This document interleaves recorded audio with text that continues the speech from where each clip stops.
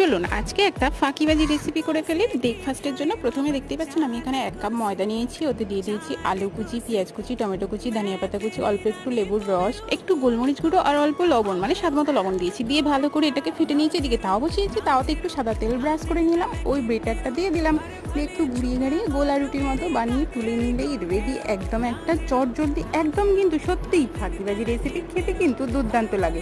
Tomato কেচাপের সঙ্গে আপনিও কিন্তু বাড়িতে একবার খেয়ে দেখতে পারেন, খেতে কিন্তু খারাপ লাগে না। যাই হোক, আমি বাচ্চার টিফিনের জন্য এটা করেছিলাম। এর সঙ্গে আপনারা চাইলে ডিম অ্যাড করতে পারেন, মানে এই ব্যাটারের মধ্যে, তাহলে খেতে আরও স্বাদ লাগে। একদিন কিন্তু আপনিও বাড়িতে বানাতে পারেন টিফিনের জন্য, বাচ্চাদের টিফিনেও দিতে পারেন। বাচ্চাদের কিন্তু একঘেয়েমি রেসিপি খেতে একদম ভালো লাগে না, তাই একটু ডিফারেন্ট কিছু করে দিতে পারি, তাহলে ওদেরও ভালো লাগে, আমাদেরও ভালো লাগে যখন টিফিন বক্সটা ফাঁকা হয়ে বাড়িতে আসে। দেখতে পাচ্ছেন আমি এদিকে রেডি করে দিয়েছি কিছু ফলের সঙ্গে টিফিনটা।